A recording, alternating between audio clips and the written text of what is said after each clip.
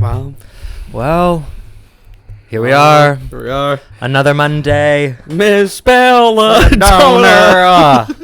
I call it whenever I wanna. We've really, and by we I mean me, have really been loving Slater's new album, Starfucker. Not sponsored. Just really love her work, and I just got Peru to listen to some of it before we started recording. It came on my suggestions, as we said. After famously. I suggested to you. Yeah, but then it also appeared, so like, relax. Right, the universe really wants Miss Slater to take off. Yeah. But very into it, and I feel like anyone who fucks us from now on is a star fucker.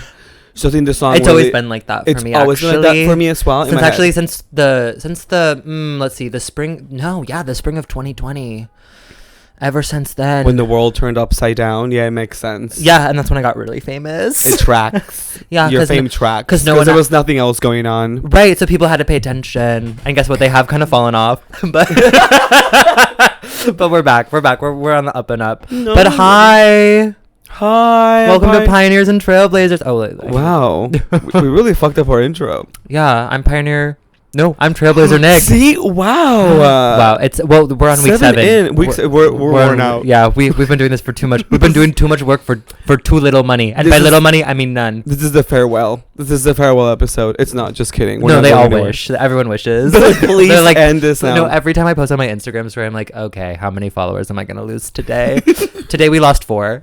You lost 4 today? I gained a few, I think, today. Oh, I gained some, but unfortunately we lost more than we gained. So.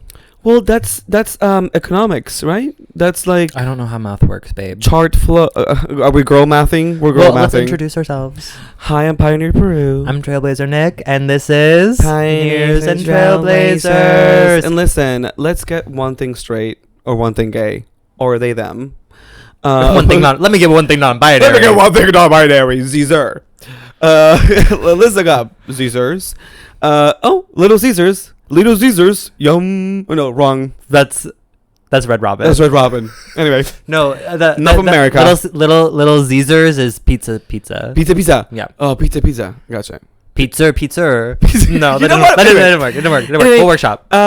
We are on the brinks of a new show. We're back from summer break at Pioneers and Trailblazers headquarters. Summer hiatus has ended. We have our next show. As you're listening to this, the date that this podcast episode gets posted, tomorrow, which will be October 10th at 7:30, we have a live version of Pioneers and Trailblazers, featuring an incredible lineup. Yes, we've got Chinook Sarah, we've got Alex Kim and Jules Rach. And super stoked. It's gonna be fun. It's based on the Oregon Trail game from the 90s. And if you're in the New York City area, Brooklyn area, come to Brooklyn Art House. It truly is the house. It's a beautiful space. Funny people. Ticket link I will be putting in the description of this episode. You can also find it on our Instagram at Pioneers and Trailblazers, or our personal Instagrams, which is Nicholas.Rose or Hey Peru. Please come hang out with us. Buy a ticket, just have fun, want to laugh. If you want to, it's only an hour. It's an hour-long show, so like you won't be there very long. If you just want to like pop in before you have a night out for your Tuesday. Yeah, come out before having dinner. Yeah, have dinner plans later. Great. Want to go out later with your friends? Girl, pregame with us. Listen, and if the pics and vids are any indication, it's a really chic event. It's a must do. Great. So now that that's out of the way, obviously you're all gonna buy tickets, and if you don't, you hate us and you're homophobic and a bunch of other really negative things. Although, speaking of money, we keep getting asked for food pics or food videos. Feet. Foot. Oh, it sounded like you were saying food. We're asking for food videos. I was like, I don't think we were asked about that. No, but people do want our feet. Listen, if people want our feet and people want, listen, if what it takes for me to buy food is to sell feet, we'll do it. And feel free, DM us on our Instagrams or Twitter or wherever it is that you want to reach us directly. And then, oh my God, you bet the number better be good, because the number. Listen, if the money is good and the transactions are transactioning, you best believe I will send something. Yeah, it's a foot. But I mean, also to these people, like the foot is not just a foot. Do you know what? This reminded me Okay, today. also me. Okay, I'm trying to remember to not forget. Don't forget. Okay. Because I was going through my drafts on Twitter today because I was trying to clear them out because I had too many. And I was reminded Yeah, because all of them suck. No, I just have a lot of really big-brained intellectual ideas that I don't feel like sharing right away in the current moment, and I have to save for later at a different time when I feel the culture is ready to hear, you know? Clover's not buying it. He is. So anyway, I remembered that I had watched this porn, and it was like an OnlyFans video in which it was who you know we like dropping names here. No, I don't remember the name. It was a one-off thing. Like I had never seen him before, and I have yet to see him again. But it was like this guy who must have been like his partner or something, but basically he like received a foot job, but it was all from the perspective of like the bottom whose feet were being used, if that makes sense. Like, so it's like from the perspective, like all you see are like the leg, like the person whose feet were being fucked, that was the person who was like holding the phone recording. So you just see like the knee, feet, and so then they were like on a couch, and he's like using the guy's like feet, squeezing them together and like rubbing his dick like in between. Anyway, I have never in my life been turned on by like foot fetish like content or whatever, but that I was like kind of into because like the guy was like really into it, and it like really turned him on, and he was like really horny, and I was like, wow, that's hot, and I was really into it, and I was like, damn, I'm really progressive, I'm getting into the foot content. Yeah. And then the bottom put his whole foot up the guy's ass, and then I went, that's too much. Actually, no, the fungus. that's when the fun was over. The fun turned into fungus because I saw that and I was like, oh, didn't look like he moisturized his feet. I can imagine it was maybe a little crusty. No, could have caused a fissure. No, you have to make the toenail situation. I honestly don't remember, but I remember as soon as the foot went in the asshole, I immediately was like, oh, I'm not into it anymore, and I had to close it out. I did save it for later because up until that mark, like that whatever time mark in the video, I was like, oh, I'm into this. Well, what I was gonna say is, you know, the nails comment, you know, I mean, yes, for if you're getting foot fisted, then sure, like that's a concern. When anyone's even coming near my asshole with their finger, like I am not. If you're watching this and you've ever had sexual intercourse with me or would like to, please call somebody, talk to somebody, okay? Seek medical and mental attention. Yeah, because Nick doesn't think that brown people should be fucked, and he told me that in private, and that's what he means. Those are the views that I hold. The views you hold, right? Exactly. That's the name of your memoir. The views that you hold by Nick Rosenthal. Really beautiful, actually. The cover's black and white. Yes. I'm like looking out a window, like forlongingly, being like, and you're wearing a turtleneck.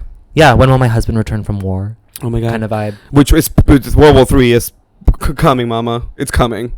I'm not fighting. Oh, I'm not fighting. I'm gonna hide. You know, in South Korea, they make all the males enlist at least, you know, for like a year or something. So all BTS. Yes, the BTS. Oh, the army. Hey, army. I'm a K-pop fan. Nick isn't. Don't let him. Don't say that to me. Don't say that about me. Yes, you're not gonna come for you. Well, no. I appreciate K-pop. I love what it does. It's just not Name 2 BTS songs. Who? Name 2 BTS songs. Name 2 Blackpink songs. I can do the Blackpink. I know Boombaya and Do. Okay. All right.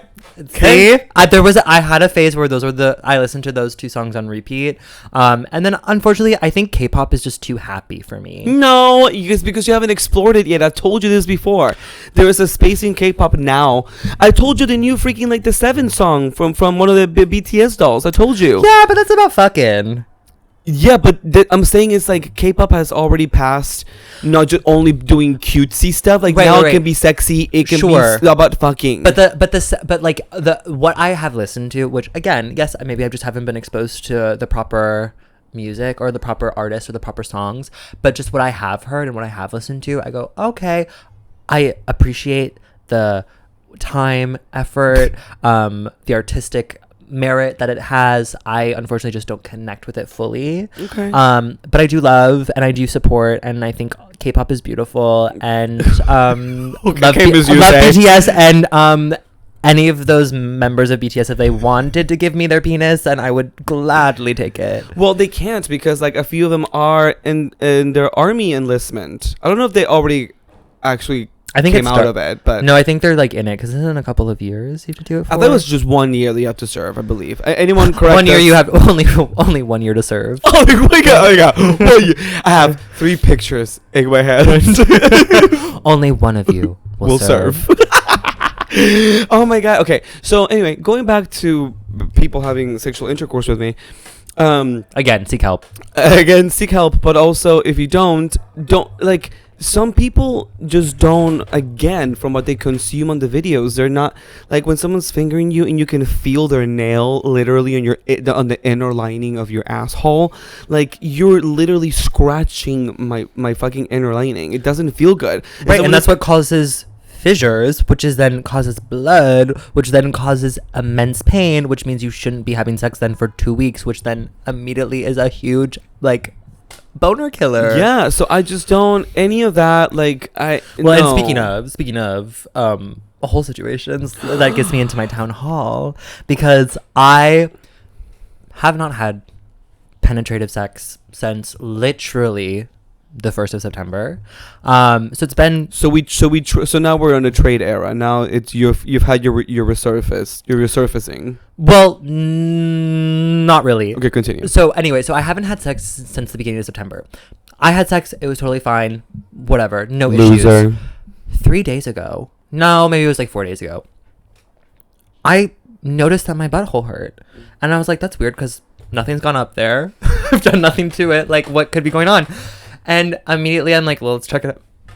Oh my god, excuse me, I just burped. Ew. It's traumatic. It's traumatic. It's just bringing up these memories. Bodies. And it hurt, and it felt like it did when I had a hemorrhoid. And I was like, that's not possible though, because I don't remember doing anything that would have caused it to, occur. I then swing my legs over my head, grab my phone. Wow, okay, gymnast. Yeah, girl, we stretch. We stay stretched. We do yoga. I threw my legs over my head, and I took out my phone and like the camera to like use it as like a mirror to like look at my hole.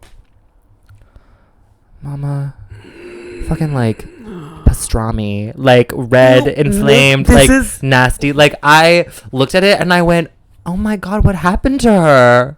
Who hurt her? Pastrami ass. No, title of it. Pastrami ass. My red inflamed pastrami ass.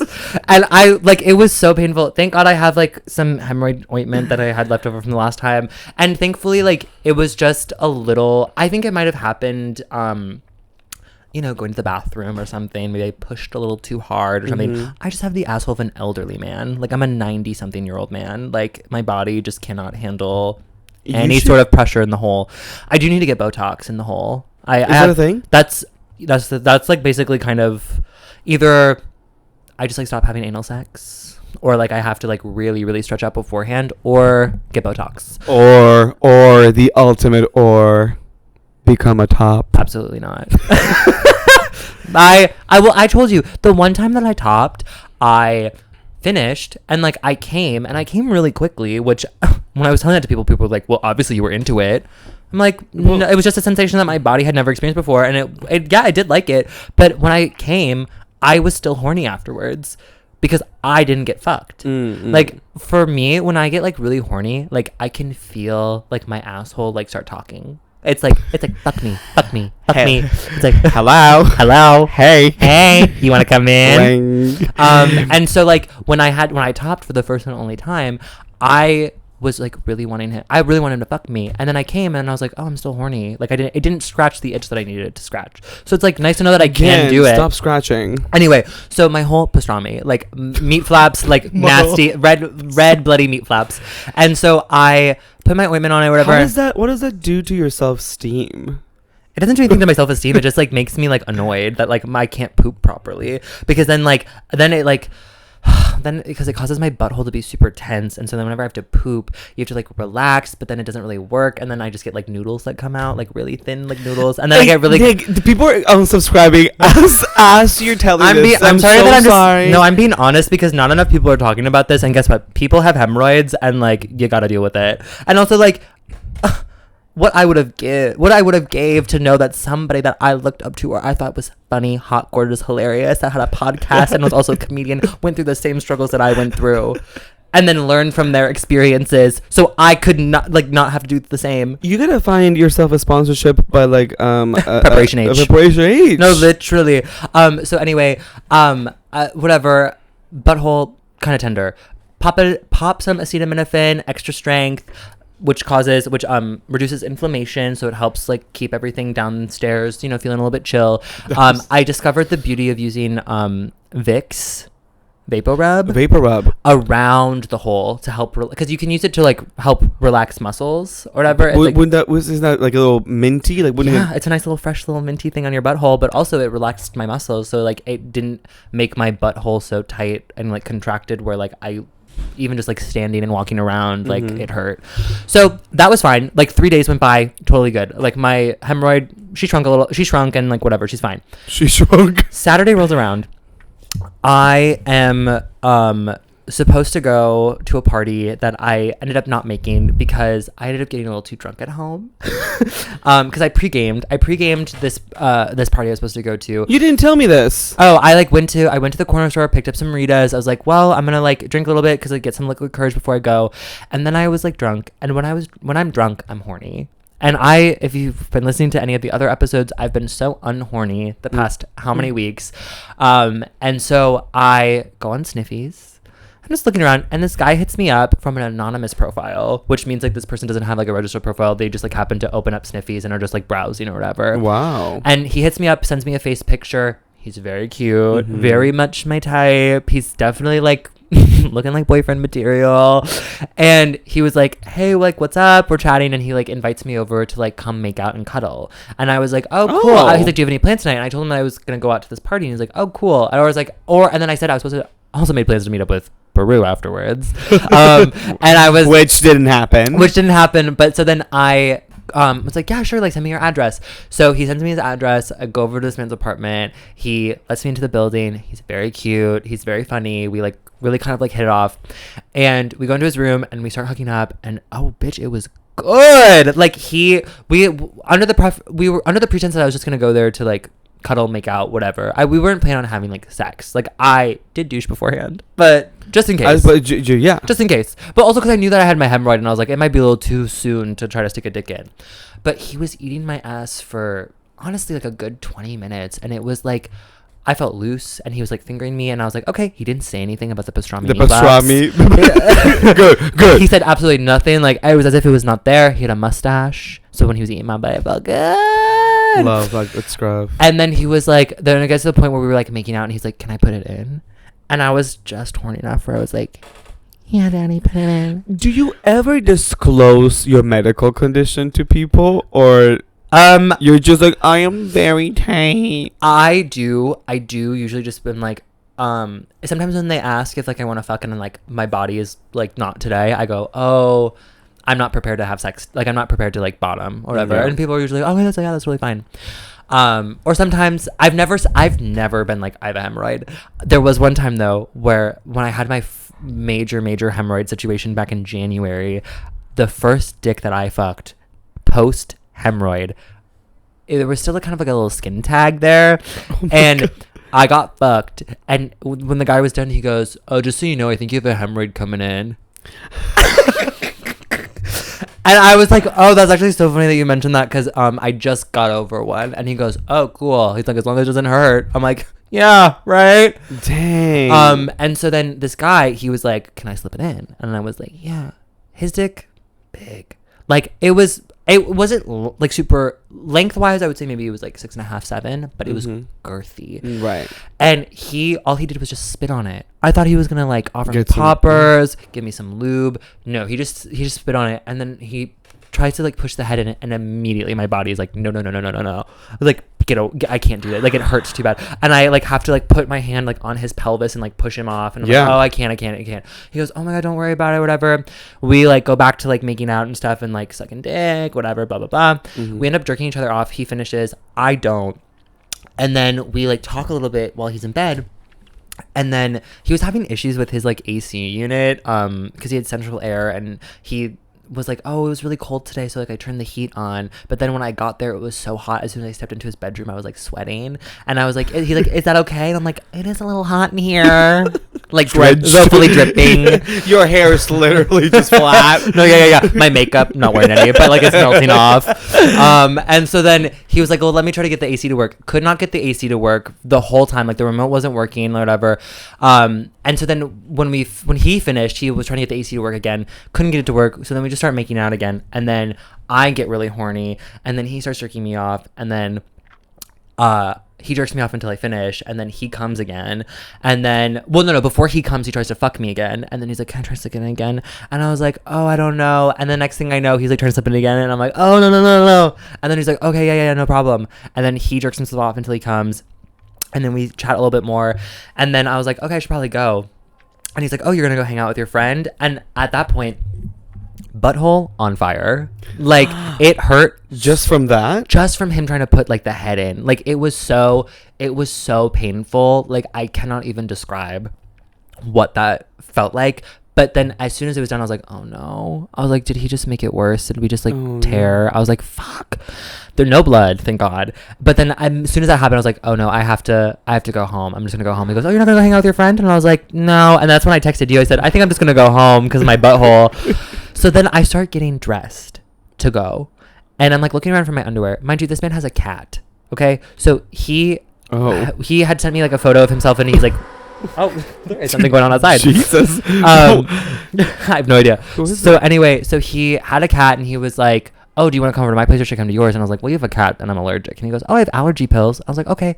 When I get to his apartment, he kicks the cat out of the room, and then he has this like clear Ziploc bag with these 2 white pills in it. And he goes, I know how shady this looks, but these are allergy pills. And I was like, well, why didn't he just take it out of the Ziploc bag? I don't know. And he was like, here, do you want one? I was like, okay. I was like, sure. Popped it in because I was a little drunk. As soon as I did it, I was like, oh, I have no idea if that was actually an allergy pill. Like, this man could have just fully drugged me. And I let him do better. Okay, if you're listening to this, do as I say, not as I do. Okay, yeah, do better. Don't be Nick and don't take random drugs, random pills from men. But then anyway, so then that was good. I was fine, no allergies. So he kicked the cat out. When I go to try to find my underwear, I'm like, where the fuck is my underwear? When he took my underwear off of my body and he like tossed it across the room, he threw it and it landed in the water dish inside perfectly. So I walk over and I see my underwear just resting on the little like cat stuff, and I pick it up, sopping wet. I'm like, what? I then ring my underwear. He has no idea that this happened, by the way, because he's like not paying attention. Like he's trying to deal with the AC. I'm trying to get dressed to leave. I like wring out my underwear. It's still soaking wet. I try to put it on my body. I'm like, that is too uncomfortable. I cannot do it. Mind you, I just wore gym shorts to this man's apartment. So then I'm holding my underwear and I put my shorts on, and he goes, oh, you're just gonna free ball it? And I was like, yeah. I didn't want to be like, yeah, bitch, you threw my underwear in your cat's dish. I would have said something. No, I didn't say anything because I was like, it was an accident, like whatever. But then I had proceeded to have to walk home for like 20 minutes, just dick flopping around in my shorts, which are loose like basketball shorts. And I was like, thank God I'm wearing a long t-shirt that covers like the dick print, because like, girl, could have been so bad. Anyway, he was definitely boyfriend material. Has not messaged me since. But it was sniffies, you know? Yeah, and he was also like incognito. Like he didn't have Yeah. So he told me what he did for a living. He seems very nice. I'm sure like he'll hit me up again or whatever. Sure. Or maybe not. Maybe he won't. But like he smoked me out. It was great. Oh my God, Clover gave me his paw. Oh, he was like, I feel so little bad here. Let me comfort you, babe. Thank you, Clover. Clover's like, I heard about your asshole. I heard about those pastrami meat flaps. He's like, actually, I'm interested. Like, hey, you ever fuck a dog before? Can't say I have, babe. Can't say I have. I've gotten fucked up plenty of dogs. Stupid man. Yeah, man. I mean, like my 50s, you know, like in Greece, you probably call, you know, in Greece era, they probably called like man Grease like the dogs. Musical? Yeah, like dirty dogs. They did those do that. dirty dogs. Yeah, that's like a That's a famous line. Wow. Yeah. But yeah, so that was that, and then I went straight home, and then put the Vicks on my asshole, put the hemorrhoid cream on there, and then I woke up the next day, didn't hurt. And my butthole has been great ever since. Vicks is really a healer. There's not enough things that about, like, in Latin American culture, Vicks Vapor Rub is spreadly used for everything. Like, if you have a Latinx mom or parent, you know that you could have literally any illness, and the first thing your parent will tell you is like Vicks Vapor Rub. And in Latin America, we don't call it Vicks Vapor Rub, we call it Vick Vapor Rub, because that's the way it reads on the label. So when you're little and you're like, oh my god, mom, like my arm came off, your mom's like, Vicks Vapor Rub. No, actually, Vick Vapor Rub. Right. Get the Vick Vapor Rub. Literally, my mom, when I told her I was feeling sick or whatever last week, she goes, Vicks. Literally, Yes. that's her answer to everything. And listen, I'm not a medical professional. I don't know if you're supposed to put Vicks on your butthole, if there's like anything wrong with that. You're not supposed to have it anywhere near, like, you cannot have it anywhere near your mouth or your butt, but like it works. It works. Vicks Vapor Rub is being used in every way that's not meant to be used. And I it's immediately efficient. get carted in an ambulance away. I'm like, no, my butthole falls off. My entire bottom half It's falls off. probably rejuvenated and minty fresh. Minty freshly felt so cool. I like to do it before. I was doing it before bed too, because like, you know, sleep, and it's moisturized, nice and great. Again, not a medical professional. Seek your doctor's advice before you put Vicks Vapor Rub on your hole. But I will say, if you're in a pinch and you don't have a lot of options and your butthole burns and hurts from a hemorrhoid, put some Vapor Rub on it, girl. Put some Vapor Rub on it. Yeah. That's great. I famously, since last episode in which I did a marathon of sexual activities, Right, of course. I turned a page, and I'm a big fan of Anitta, the Brazilian pop star who's not crossed over fully. Right. She's a pop star. She's a pop star in general. She's a pop star. And she's got a new song called I Used to Be a Hoe. And it really has been on repeat for me. It's resonated. It's resonated. You know, art, The power it has. the relevancy it has, Of course. the love it has, The impact. You know, the cultural implications. and so the whole song is, you know, I used to be a hoe, but now I ain't no mo. It's kind of like did you ever, it was a viral video on YouTube at one point, and it was like, once upon a time not long ago, I was a hoe, and I'm admitting it. I can't take it back, because I did the shit. I was a hoe. Okay, rap era. Anyway, it was really big on YouTube back in like 2010, 2012. Wow. I was just entering elementary school. Right. Sorry, I forgot how young you are. Yeah. But it sounds like in the same vein as that. It's great. And like it's honestly, the lyrics like sound almost like a parody at the very beginning, but then like it goes into the bridge and the chorus, and then it just becomes this dance track. So I'm just like, fuck yes, it's my jam. So I've been kind of channeling that this week, just trying not to be a hoe, just trying to reforming myself, you know, getting back to Christ. Yeah. And Jesus. Yeah. Christ and Jesus. What's that? Have you ever heard? Oh fuck! What is it called? It's that like pilgrimage that people go on. I went to Catholic school, so we heard about it all the time. But it's like, yeah, we both did. Yeah, it was like it's like a walk that people do. It starts with a C. It's like a walk from. Yeah. I remember now. You know what I mean? Yeah. I can't remember the name of it. If somebody knows, comment. If you know the name, I'm gonna Google this afterwards, and I'm gonna. Also, if you believe in Jesus Christ, we love you. do it. No, speaking of no, but that just makes me think of that. Like you're taking that walk with Christ. Taking the walk with Christ. But you know, just trying to say. Did I tell you about the time that I found my priest on Grindr? Did I tell you about that? No. Should I get into it? Oh my God! Yes. Yes. But speaking of who I just found on Grindr too, like, yes, tell me all about that. But like, somebody who may or actually, I don't even know if I should say this because I might get killed. Why? DL.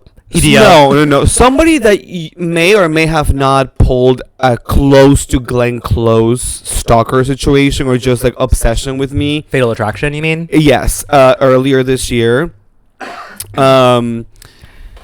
May or may not be living in my building. So I'm just gonna leave it there. Wait, someone you had sex with? Someone who I just foolishly did something with once, and then they became obsessed with me. They live in your building now? And I Girl. Call the police. Because actually, no, fuck the police. Actually, no, for this, I will call the police. For this one, actually, yes, I would love the police. Because it was one of those Call the things. fire department, they're hotter. Oh, yeah, yes, of course. So they can bring you a ladder. Yes. You can escape. They can bring me a ladder. Yeah, you can climb out your window. And I'll go down their chutes like, one by one. Yeah, you're like, who? Oh, if only someone could carry me. And the big, strong fireman. Or women. Or they, them. Or fire they, them. Fire is Caesar. Caesar. Yum. You are mixing. You are mixing too many different references. Oh wait. So I believe that he may, but it was really weird because okay. So this is kind of like we kind of talked about this. Jesus, my dog's literally Clever. Clever is pleasuring himself, and you know what? We'd love to see it. That's what this podcast is all about. I got a real life review from someone in person today at work, and they said, "I love how raunchy it is." the podcast. Oh my god! And I said, "Thank you." I'm like, and also somebody said that we're entering our boyfriend eras, which someone said that we're entering our boyfriend era. Which not to say much, but I did meet a fellow male on Saturday, the night that you bailed on me. I like how you're like, I'm not going to talk about it because I don't want to jinx it. No, immediately like, but no, I found my boyfriend. All I'm saying is that somebody was manifesting that for us already as we dropped the episode, and all I want to say is that, you know, we just continue loving to manifest that energy. Right, so and that's if we can actually that. focus that energy on Nick and not Peru, because Peru's fine. Peru's actually doing great. What? Peru's set up for success. What makes you think that? You have a date on Saturday. Or Sunday. Well, okay, but still, I have no one. I have people trying to fuck my pastrami meat flaps, and guess what? They stop talking to me when they can't put it in. I think I need the boyfriend manifesting a little bit more than you do. Let's talk about dating. Well, can I talk about my priest? Yeah, priest. Priest first, and on deck dating. Because I have a question about dating that also still relates to like sex, whatever. We'll just ask it now since we're on the topic. And then I'll go into priest next. Well, I was just gonna say like, well, not to put you on the spot. God. When is the last time you went on a date? Back in June. Okay. And that was the first day that I had been on in maybe a year. What is a date for you? What constitutes a date? What makes it a date? Do you say it's a date? Like, walk me through, like, why do you think this was a date? Did you both agree it was a date? What was the activities done in the date? What are things are... So I just want to know, because I want to know what you consider a date. Okay. Well, usually it is already kind of established that it's a date before it happens. Yeah, but some people are like, okay, let's hang out. Well, are you saying like let's go on a date? Because I don't feel like that's. Well, like, that sounds to me like very millennial and like very old person. For me, a date is like anything that's not me just coming over to your apartment to like hook up. You know what I mean? Like if you're inviting me out to like for a drink, for dinner. Yes, but see, that's for like, a movie or something. See. And most of the time it's been like most of the dates that I've been on have been for people that I've met through like dating apps, so it's already under the idea that you're meeting someone on there that you could possibly like date and be in a relationship with, you know, like Hinge, Tinder, whatever. So like we already kind of know it's a date going into it. The last date that I went on, I will say I met the person in real life, knew through mutual friends, and then asked me out after a period of time of us kind of like flirting with each other for a couple of months. Met up, got a drink, chatted or whatever. But at that point, like it was like a date. Like we made it clear that it was a date. But we had done things prior to that were not established as like a date. It was more just kind of us like hanging out, but it was very flirty. And it was like, like, what are we doing kind of thing. But the official date, we were like, you want to go out on a date? And I was like, sure. And then we did. And then I went on the date. And then I slept over.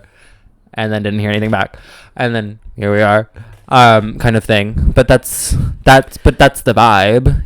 I'm just going to say something that like with the track record I have, it may not be believable for anyone watching or listening. But it's like, yes, like for me, like a date is like there is a little thing right before a date. Like there is a hangout that happens right before you have an official date, in which you're just trying to suss the vibe to see if you're actually interested in each other. Even if you met the person on a dating app? Yeah, because again, on dating apps, and even the straight girlies might agree, you know, like people are going on dating apps to hook up still, and so it's like, you really don't quite know. Oh, girl, she won't. Yeah, she heard pastrami, and now she won't leave me alone. But you know what I mean? Like, so there is a space in which you have a date because you're like, okay, we're into each other and it's been confirmed and we've met. Like, unless you've already met in person, that you know, like, you're actually having a date. But I do believe in that one little hangout before it becomes a date, in which you're like basically test driving the person, which is why I love going on a date, quote unquote, to like have a drink first and not go to dinner. And is dinner even still cool anymore? Is dinner a cool thing anymore? Yeah, but by your criteria, then I have never been on a real date. Because actually maybe like one real date in my life, because the other ones I've been on, I've only really ever been on first dates. Like, I really can never get someone to want to do number two. Which is your number two ideally? What would you like to do? See the person again? No. But like, what would you like to do? Like, what's your ideal second date? Oh, I don't care, as long as like you want to hang out with me. And listen, I've talked about this on my show, Unpopular Opinions, November 18th. Buy tickets. But link in bio. But I have this running thing where I'm like, listen, I will be having sex with you on the first date, because I just need to know that, like, I can't be going on a first date with you and bond over politics, religion, cultural, just everything. Vicks Vapor Rub. Like, I can't spend all that time becoming infatuated with somebody and being like, wow, this is great, and then to wait like 3 more dates to finally fucking have sex with this person. Like, that's just crazy. Like, I need to know if our sexual chemistry is a match too. It's just as important as, like, you know, like romantic and whatever. I put out on the first date. But see, that's what I'm saying. I have stood by that for years. Yeah. Just be like, I'm not a person who's just like, like, I will do it because I need to fucking test the car before I buy it. Well, and I'm only gonna fuck you on the first date if I'm like genuinely interested in you. Yes, but like, also, I'm not gonna. I have not. If I've ever been on a first date with you and we did not have sex, I'm so sorry. It just means I wasn't interested. Like, sexually, I would love to be friends, but if I had sex with you on a first date, that means I was interested. Yes. Just reminds me of the time in college I was with your priest. No, I was 19 or 20, and I think he listens to the pod, actually. He does follow me on all socials and likes everything I post. He has a boyfriend now. I'm happy for him. Oh, but this guy, he was older. Like, I think he was like 25 or 26 or whatever at the time, and we met up for a drink at a bar, and I was so nervous to go because I was underage at the time and I had my fake ID, and I was like, oh my god, like, I'm just gonna be so embarrassing if I go on this date and I get carded and like get caught or whatever, whatnot. But anyway, we met up for like happy hour, so like there was no bouncer or anything, and we sat at the bar. The person didn't even ask for my ID. They were just like, what do you want? And I was like, okay. So I ordered, and the guy, really, really, really into him, thought he was so sexy. Like, the chemistry was really there, and like, I was great. I bring him back to my dorm because he did not live close. He picked a bar that was close to where I lived at the time, and I lived in a dorm near Gramercy Park, and I brought him back to my dorm. I signed him in. We're in my twin XL bed, and we're like making out or whatever. And it was at this point in my life where I was like, I'm not gonna fuck on the first date because I'm gonna keep them wanting more. Because if he was really interested, you know, he'll come back. And I remember he really wanted to fuck. And I remember being like, oh, like, I don't want you to ghost me. I don't want you to ghost me. And I was like, I'm not gonna put on the first date because I want to like hang out with you again. And he goes, oh, don't worry, I'm not gonna ghost you. I'm not gonna ghost you. And I was like, yeah, I know. And I wanted to fuck him so bad. I wish I did. I wish I had. Did he ghost me? Yeah. Okay, he did. Didn't care about me, whatever. But I wanted to fuck him. And he was so hot, and I know it would have been good. And yes, it would have made things maybe a little bit more messier, a little bit more complicated, because like, yeah, I would have had sex with him and I would have been like, oh my god, he's like my husband. And then him ghosting me would have been way more difficult.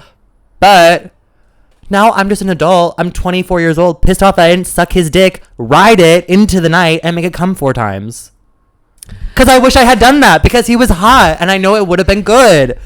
So I'm all, listen, I think obviously do whatever it is that you want to do for yourself, like whatever you feel most comfortable with. If you don't want to put on the first date, girl, don't force yourself to do that.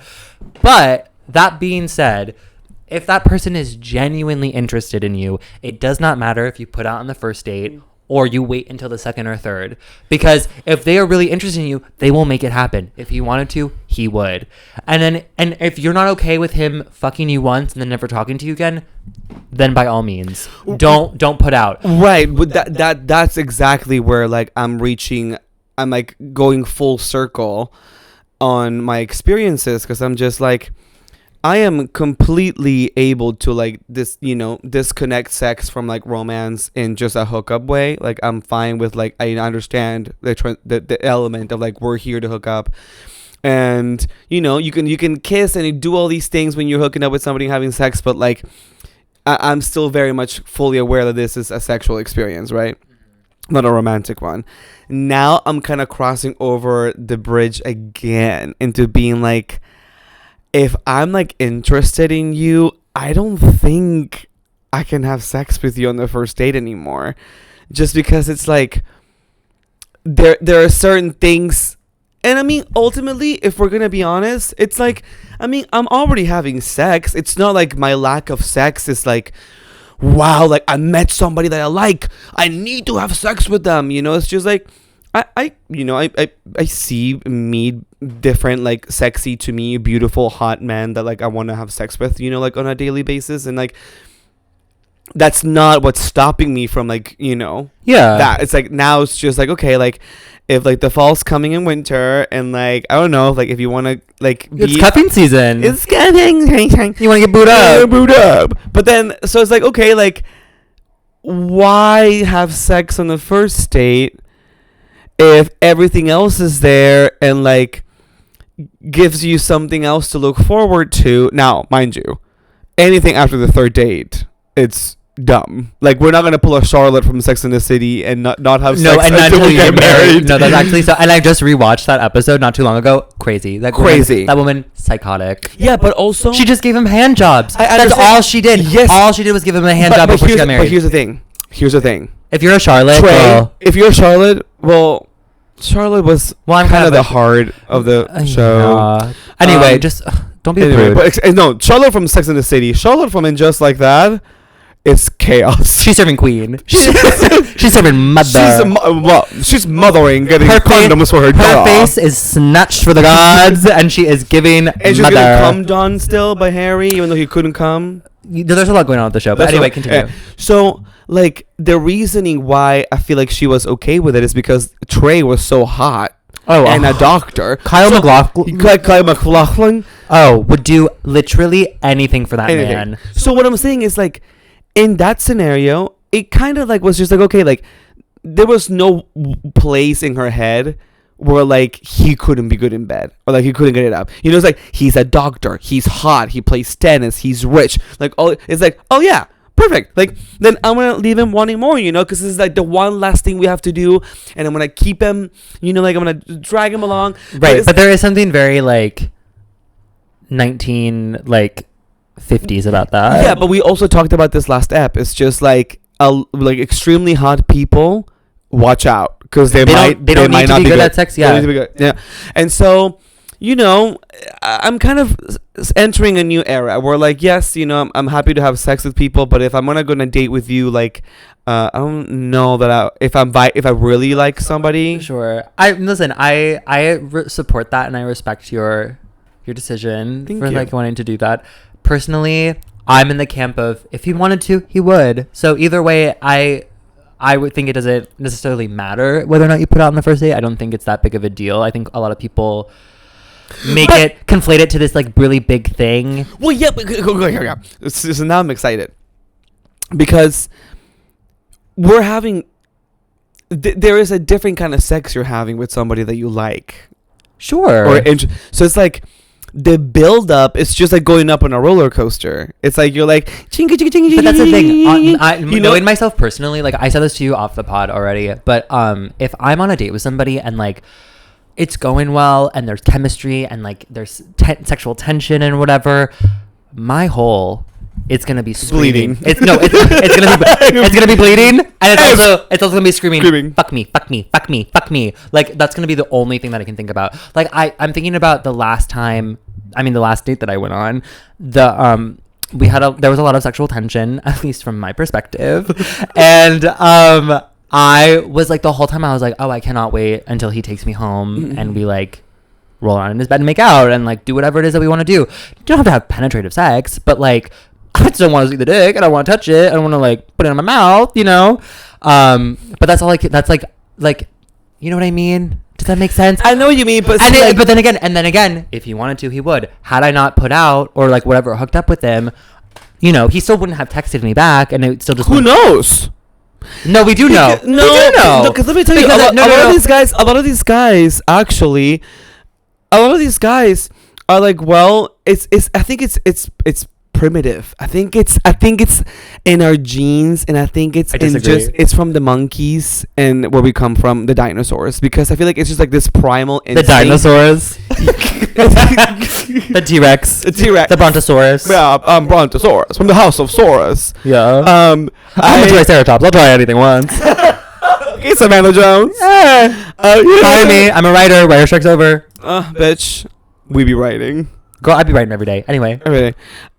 So it's instinct. I feel like you know when dogs and like animals can sniff out the female, you know, I guess in animal terms, the female, the bitch who's had sex yet or who hasn't, like they know who the virgin is, they know who the not virgin is. They can smell it. There's a study. I'm not. They would not be smelling virgin on me. We were long. They're smelling pastrami. They're smelling pastrami. They're smelling the blood.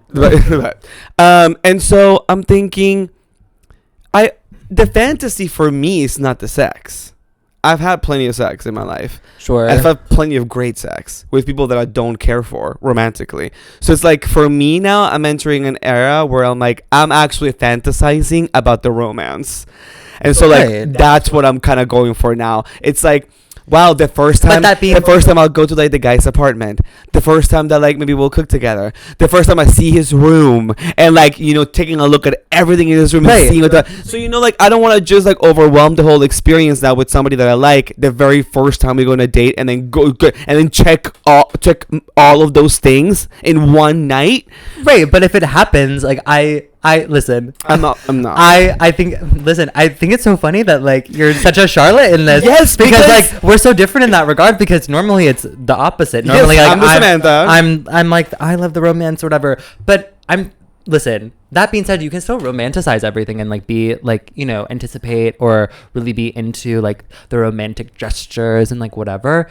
But then again, like even if like then that being said, whether or not you put out on the first date, like it doesn't matter because he's already made up his mind whether or not he wants to see you again. You know what I mean? Like if you know what I mean, if you're on a date and you're doing something, by the time that it gets to the point where either you have sex or you part ways and you go whatever, he already knows whether or not he wants to see you again. It does not matter if you have sex. Having sex with him is not going to immediately be like, I fucked him. He lost his value. It makes me think of in high school, Catholic school, which we'll circle back to the priest. They used to bring in this speaker who would use this analogy or this like metaphor, which not a good one, but they would like have a piece of just like Scotch tape, and they're like, you know, this piece of Scotch tape, this is you before you have sex. Sticks it on someone's a thing of clothing, rips it off, sticks it on someone else's clothing, rips it off. They have like the residue of like the fabric and stuff, and it's like, see, when you have sex with one person, they stick with you forever. They'll never leave you. And it's like you become dirty and gross. Like all this kind of stuff. And it's like... That is kind of absurd. I know. I saw that and I was like... oh my God, I'm like disgusting and dirty. No, it's a horrible analogy. Because that's not how it works. But it's like kind of a puritanical idea of like, as soon as you have sex, you lose your value. I don't think that's true. I think if anything, like...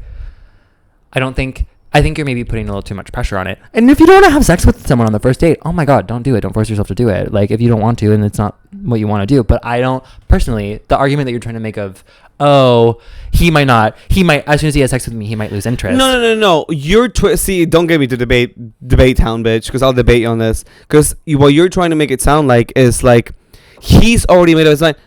You have no consideration on what we're thinking. But that's what I'm saying. But I'm saying if you like him, you're saying he made up his mind. But you also have made up your mind. But maybe I haven't made up my mind. Maybe we'll have sex and then I won't be into it. You know, it's like. Well, that can be said. Like maybe, but that being said, like, would you rather, if the sex is bad and that is what is going to be the nail in the coffin of this like connection? Yeah. Wouldn't you rather find out sooner rather than later? Than the more you get emotionally invested? Because without having At this point, no. That's what I'm saying. No, at this point, I wouldn't find out. I wouldn't rather find out earlier. At this point. But why? Because at this point. No, please. I start crying. At this point, I don't need somebody who's a porn star in bed. But that's not what I'm saying. So that's not what I'm saying. If it works and if it's functioning. And if it's alive, and it's cute, that's all I need in a boyfriend. I don't need someone who's like. But listen, if you're signing out. And also, I am very confident in my teaching skills. Okay. I will teach somebody. No, but okay. No, I get that. But I guess we'll just agree to disagree because I don't think we're ever going to see eye to eye on this because I used to be on your side. I used to be you, Nick, and then I grew. I became a better person. Yeah, I don't know about all that, but I do think I don't know. I just think it's. I think I would rather know. To me? Personally? I would love to know off the bat whether or not we're compatible sexually. Because that... All I need to know is if you're a top. Unfortunately... That's all I need to know. Well, that doesn't mean anything. Because, yeah, you can be a top, but girl, how are you using the equipment that you have? What are your skills when it comes to your mouth? Your fingers? Well, like, you know... Speaking of... Do you understand? And, like, listen, yes, you can build that with a person, but... There is kind of like a base level of skill, you know, when you're starting out. And I personally, for me, a lot of people are like, "Oh, sex isn't the most important thing to me in a relationship."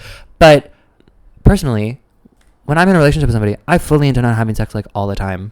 Yeah, like, you're talking as if you're able to have anal sex every day. You're like on a good week, you're able to have sex. Like, no, my man, no. My future man, my future husband, he is out there and he will warm me up properly every single time before we have sex. So we will avoid Fissure City and Hemorrhoid Gate. Okay, we will not be having those pastrami meat flaps flapping in the wind. Okay, and worst comes to worst, we'll be aside.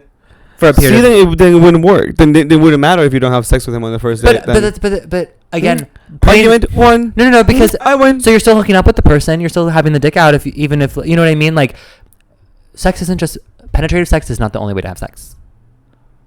Yeah. No, it's true. For me. Well, that's because you're from a different generation. No. You're from a generation where that's what all these things. I'm saying for me, I like penetrative sex. And listen, and you can judge me for liking penetrative sex. So are you shaming me? Are you shaming me for? What do they call it when you put a dick in someone's mouth, or you put a vagina or a butt? They call it oral sex. Yeah. It's sex. So you're still having sex. Great. So I'll have oral sex on the first date. I just won't have penetrative sex. Okay, that's fine.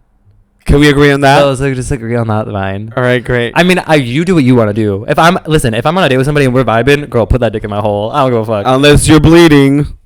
Anyway. Yeah. You're priest. Bleeding like Jesus bled on the cross. Okay. Yeah. The true bleeder. Really? Well, because listen, they was bleeding from his hands, feet, and his side because they pierced his side to let all the water. He was a true side. Yeah, he was a twink. Jesus was a twink. No, he was a twunk. No, he was like an otter. If we're being completely honest, Jesus was an otter. Jesus was giving a drummer at a band in Bushwick, you know, like smokes a lot and everyone likes him because he always, you know, says things that, like, you know, theoretically makes sense, but then it's just like, what? No, he'd be a skateboarder if he were. Absolutely, yeah. and he would wear the robe out because like it's like so cool and Bushwick to like wear your robe out. No, he'd wear like a big bedazzled like cross, like on like a chain around his neck. But in a robe, he would wear a robe. I don't know about a robe. He would be wearing skirts. He would be wearing robes and dresses, like JVN style. I mean, JVN really is Jesus. I don't know about all that, but. Oh, you do not like JVN? No, I don't have a problem with JVN. I wouldn't say Jesus and JVN are the same caliber. Which one do you think is a better caliber? That's the true Well, tea. I'm sorry, Jesus. That's the true tea. Jesus only needed 12 followers. How many does JVN have?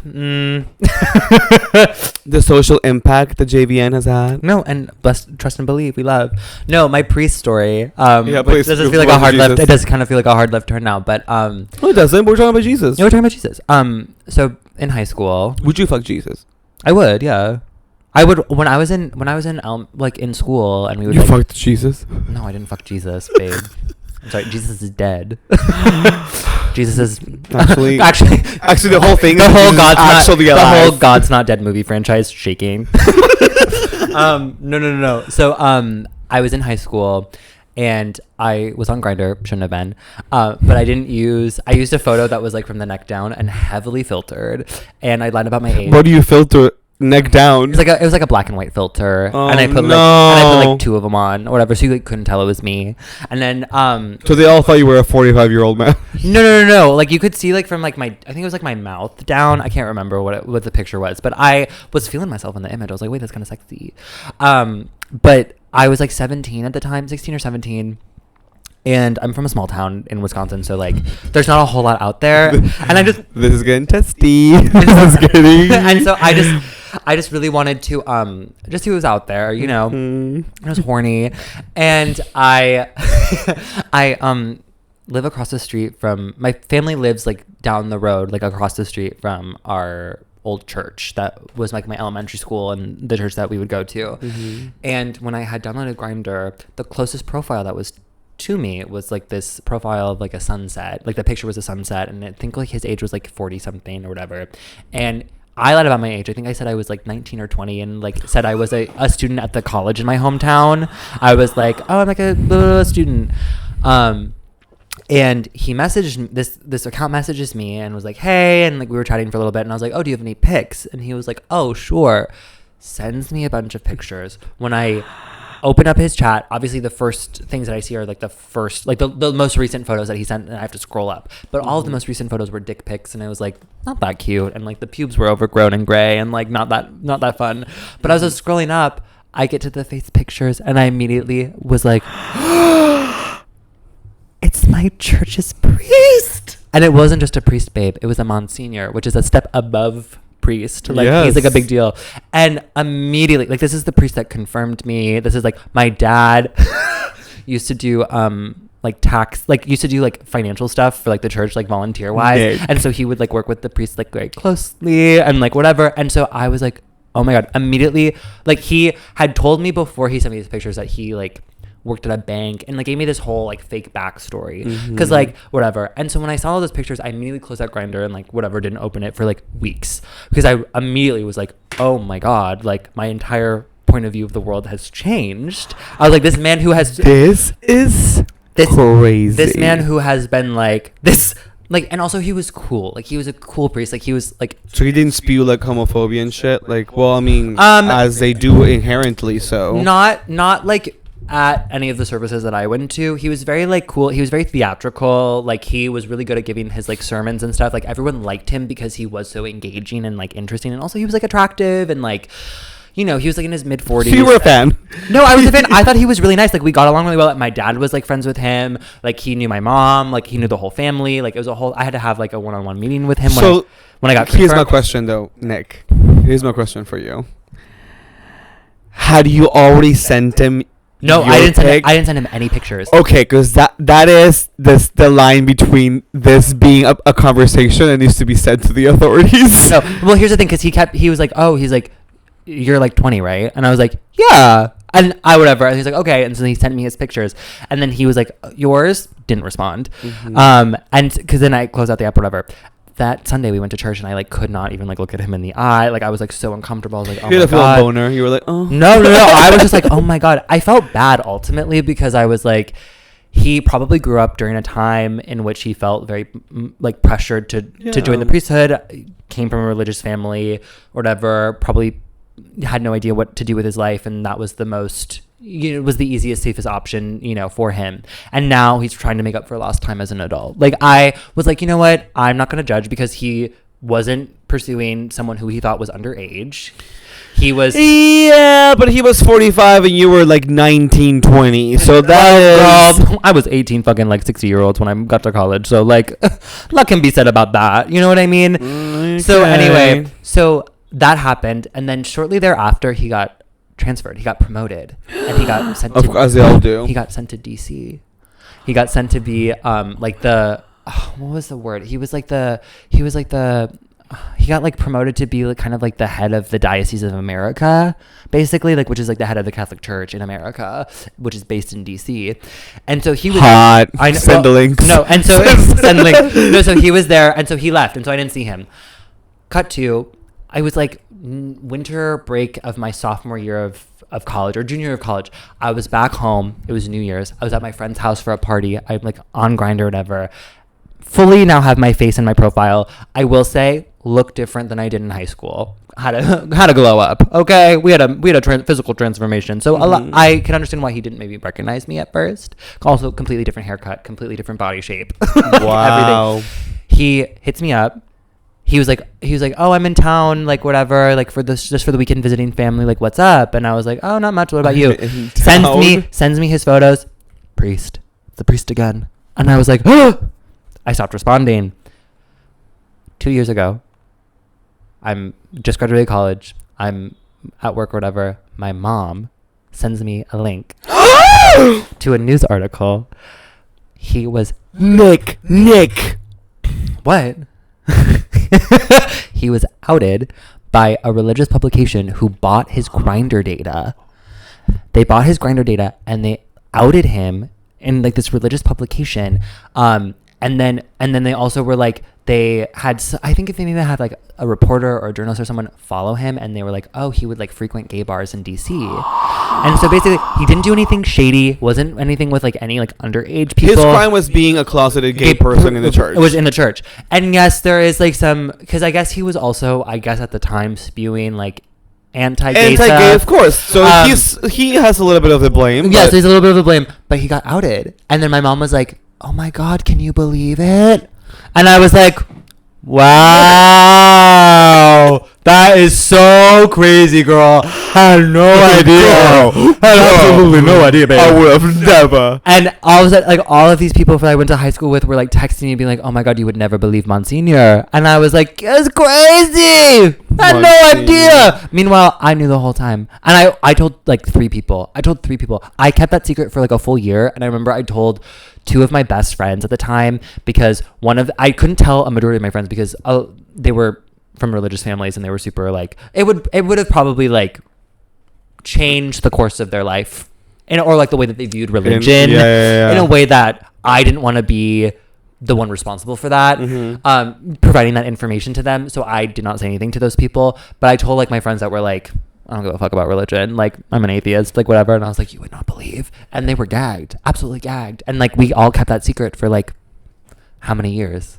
And then it came out like in 2021 that he like was outed or whatever. And I was like, that is so crazy. Ultimately, I felt bad for him at the time because I was like, again, forced into that, and probably felt there was no other way. That's a stretch for me, baby girl. Like, you're not forced into the church. No, but like, I think I guess if anything, you're forced into like other lines of work, like sex work and other, even drug. No. But I will say, growing up, going to Catholic school, there was this kind of trend that I noticed as a flamboyant, effeminate gay kid that could not hide who I was as a person. All the adults' reactions to me was just, you should join the priesthood. Yeah, of course. Because that's your option, And he probably felt like that was all that he had for him in his life. And maybe, again, people's backgrounds, you know, their family relationships obviously didn't want to cause this. You know, I don't know his life story. I don't know. This is all just me speculating and like, and like being a writer and coming up with an idea in my head of like what his life is like. Yeah, but I don't see that.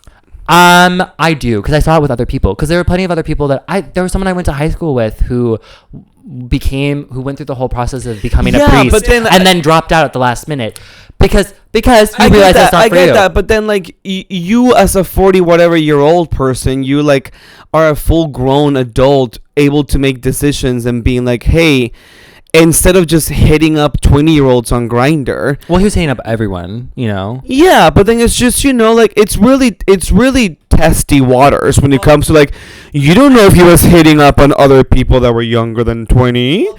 You don't know if he was intentionally hitting up people who. So, you know, like that has a little bit of an element of like ick to me. But that can be said about any older man that hits up a younger person. No, of course, but not every older man's actual work is to be spewing things that are completely against what you're doing on the. Sure. And I will say at the time. So on that end, he has something to be blamed for, because it's just like, okay, well, maybe maybe be a closeted person in accounting. Don't be a closeted person in the church getting promotions to be spewing things that like go against who you are. Well, there is. I mean, listen. Again, it's complicated. It's nuanced. Two things can be true at the same time. No, of course, I'm not. And this is nothing against you, Nick. Like, I'm not trying to. No, I'm just saying. You know, we don't know him, and ultimately, like, I hope that he is. Now that he got outed, I hope that he maybe. I think he like is back to being a priest. I think he like rescinded all. I have to like double check or whatever. He like apologized or something and is now like a priest again, I think. I know that there's like a lot of like, you know, here in the city. I will understand. I mean, like, if you are in a career field for a certain amount of time and like you have established yourself as, you know, and you're pretty big in your field, you know, I would say, and I'm sure he enjoyed what he was doing. Like, obviously, like if he enjoyed being a priest or whatever, but you know, there is that one kind of like clause where you're not allowed to. First of all, one, be gay, and two, have sex. Well, you can be gay. That's the thing. Is like you can be gay. They just don't approve. In order for you have to be single. Yeah, because now, you know, there's a lot of priests in progressive churches in which like they, you know, they're openly gay. Not Catholic ones though. No. So they all move to a different denomination. And so that's the crazy part for me. Is just like. There's options. There are options, but I can understand, especially like in an environment like a small town in the Midwest where it's very religious. Everyone knows everybody. You know, it's all. I guess if that had been the case, I'm like an immigrant from a small town in Peru, so I guess I should have been a priest. Well, there was a period of time where I thought I was going to be one. Well, because all my teachers were like, "You'd be such a good priest." I didn't realize that was code word for you're a fag. This is the only option that you have if you want to go to heaven. And that's the problem with the fucking Catholic Church. Well, yeah. Pope Francis, though, he said love gay people. Yeah, but then lately he said that he wouldn't make it. No, but he changed. I think he like said something recently. No, he recently sanctioned. He didn't make any amendments as to like. He still said that what his tone is.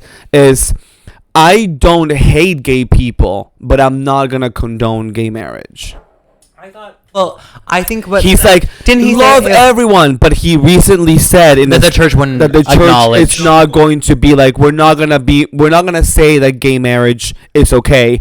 But he's doing the scapegoat thing that all these bitches be doing. They're like, oh my god, I don't hate people. I love everybody. I wish everybody well. I think that what you're doing is wrong. No, that's like I don't agree with your lifestyle. And it's just like, okay, you don't have to agree. What is there to agree on? I don't agree with your fucking bitch ass lifestyle. Yeah. Although he was rocking that fucking puffer coat, the white puffer coat. That was AI, babe. It was AI. Yeah, that was an AI image. Oh, no. So the meme. Pope Francis. Yeah. It was AI. Okay, well, he was rocking it. Okay, yeah. I mean, it was an AI image. So. It would have been a surf. It wasn't real. Well, it was a surf. It was a surf. Intelligence. It was a surf. So, but you know what else is fake? You. Yeah, I know. But yeah, so that was my priest story. That was like the joy of the Catholic faith and the religion. No, but I do think listen, as someone who grew up in a religious environment from when I can remember to graduating high school. Same. It's just like constantly just being told like you should either 1, be a priest, 2, just be single the rest of your life, And then 3, you know, can't have any romantic relationships with the same sex, which I think is stupid. I knew that was stupid from like literally middle school. Like I remember I went to a youth conference in 8th grade, the summer before freshman year of high school. Shout out to anyone who went to Steubenville. It was in St. Louis, and it was like in this big stadium, and it was just like all these religious speakers and like musicians and stuff, and it was like a whole weekend where they had like different conferences, and like it was a conference or whatever. And I remember there was like the main speaker, and he came out on stage and he was like, did his little thing, and he was like, I'm cool, like I'm young and I'm hip and like I get it. Like he made like a One Direction reference, and at the time One Direction was huge and everyone was like, ah. He did like a religious parody of like What Makes You Beautiful kind of thing. Like that was huge. Doing like a Catholic parody of like a popular song was the thing to do at the time. And then he like went on this like long tangent about he said something about Mother Teresa, like a quote from her that was like in reference to like AIDS patients in like Africa or something. But then he only said like, he said something about people with AIDS, and he was like, don't call them whatever, those are my brothers and sisters. And I was like, oh, he's progressive. Yes. Not 10 minutes later, he was basically like, fuck gay people. And I was like sitting there and I was like, oh, this fucking loser. I was like sitting there, I'm like, what? I was like, girl, if she is out there watching, I don't think she'd be pissed if I was sucking some dick, you know? Yeah, but ultimately she doesn't exist, and like we can wrap up with the fact that like I guess, you know what, my fucking pioneer, I didn't even think of a pioneer for this episode is gonna be Miss Tammy Faye. Oh, Tammy Faye Baker, of course, made famous by Jessica Chastain. Absolutely, Oscar winner. Yeah, on Slapgate. She had to accept her award after Will Smith accepted his after he slapped Chris Brown. Chris Rock, mama. Chris Rock. Chris Brown should be slapped. No, he should be slapped. Oh, and I've talked about this on my socials. And listen, you know, like, we all have like our problematic listens, whatever. Like, I don't listen to Michael Jackson. We've talked about that. I don't watch Woody Allen movies. First, me neither. Blue Jasmine, I have seen. I've seen Blue Jasmine in Annie Hall. Sorry. But that was before we watched the HBO documentary. Yes. Okay. But then with Miss Chris Brown, Jordan Sparks. Well, I have this. Okay, so I have this like that's exception. A feature. That's okay. My exceptions are with Michael Jackson. I don't listen to any of his solo stuff. Like I only allow myself to be a part of experiences in which the Jackson 5 are being played because like he was a kid, nothing was happening there. So like those songs are fine for me.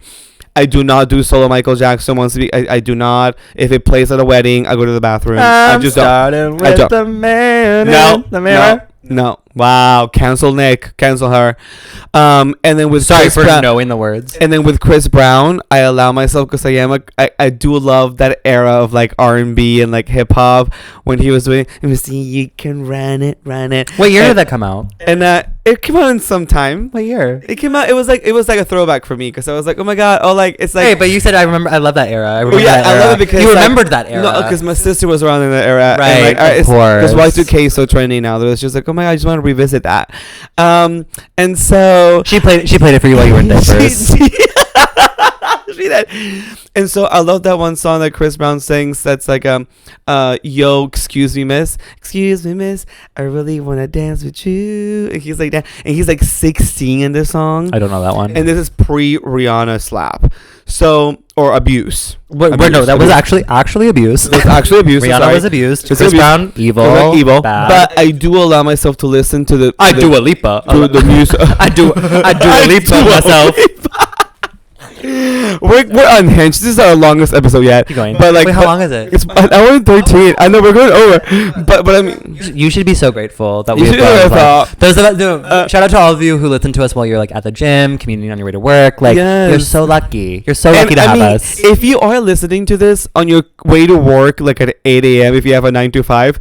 Kudos to you extra, because like this kind of conversation to be like heard at 8 in the morning. Oh, rock hard going into the office. Yes, when I see our fucking like YouTube views or like whatever like stats and like people, you know, I'm like, this just came out. People are already watching this like as the sun comes up. I'm like, I would not be able to fucking handle myself speaking that early.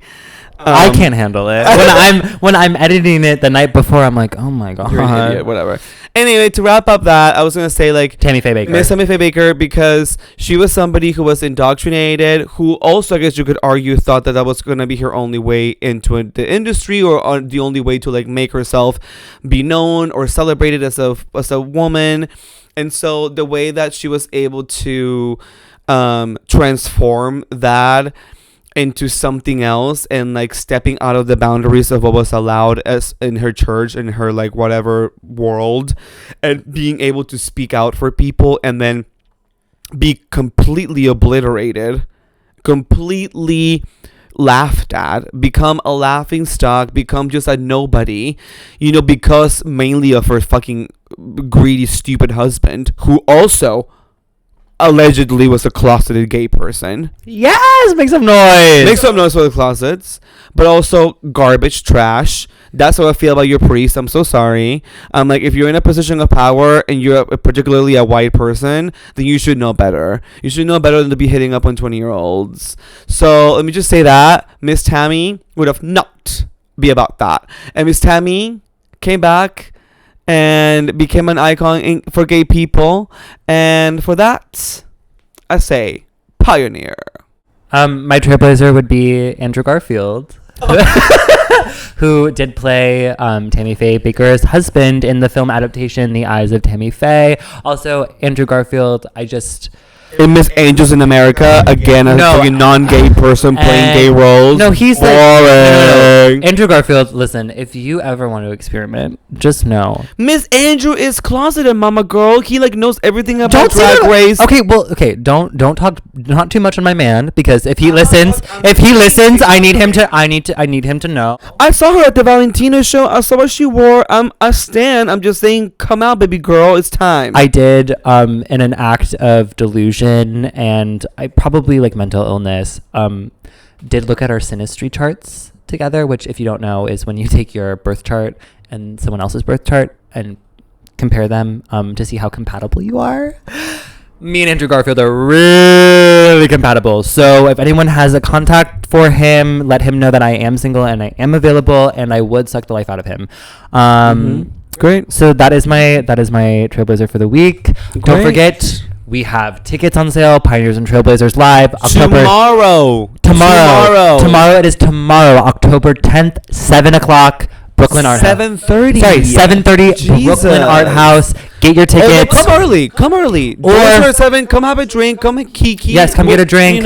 Also, we have tickets on sale. Also, as well, for our New York Comedy Festival performance on November 10th, 7 o'clock. That was Friday, 7 p.m. Friday, 7 p.m. New York Comedy Festival. So get tickets for that. Both of those links will be in the description of this episode, as well as in the description of our YouTube video, which you can find on Pioneers and Trailblazers, as well as the link will be in the bio of both of our Instagrams. And the Pioneers and Trailblazers on Instagram, Hey Peru, and Nicholas.Rose. Feel free to follow me on Twitter, ClownFaceBitch, or on TikTok, ClownFaceBinch. And I'm at Hey Peru. If you completely despise Nick and you think that he's like the lesser half of this duo and you only want to consume me, then come to my show on Popular Opinions at Caveat on November 18th at 9:30 p.m. with yours truly and not Nick. Everyone immediately turns off. They're like, oh, actually, no, we don't. What? No, we're here for Nick. Bye. Whatever. So yeah. And I will show foot. Oh yeah, buy our feet pics. Yeah, honestly, as in 30 seconds before we wrap, like, I wore this one specific thong. Is this too gross? Because people buy. Yeah, I'm about to throw up. People buy underwear too, like used underwear from like people and OnlyFans. Like, I remember being like, I wore this one thong on my faded DC day in which I did the unspeakable with different men. If you want to buy my used underwear, babe, if you want to use they're on sale. Used thong, I'll like DM me. Listen, it's like eBay. Listen, give me your best offer. We are ladies of this time, and we are willing to do what it takes to profit. And like, we are here for you. Ultimately here for you. I'll wear a thong for like 3 days and like ship it and ship it to you. Ship it to your home. Okay. Slide into DMs, but I'll here are the requirements. You have to follow. you have to have like you have to subscribe and have left a review or something, and we will cross-reference and make sure that you have left all of these things that support us for free, and then you also have to pay us. And then we'll give you a discounted rate. Sure. Yeah. Well, anyway, thank you so much for tuning in. We'll be back next week. Don't forget, get tickets for the show. We would love to see you. See you all tomorrow. Bye.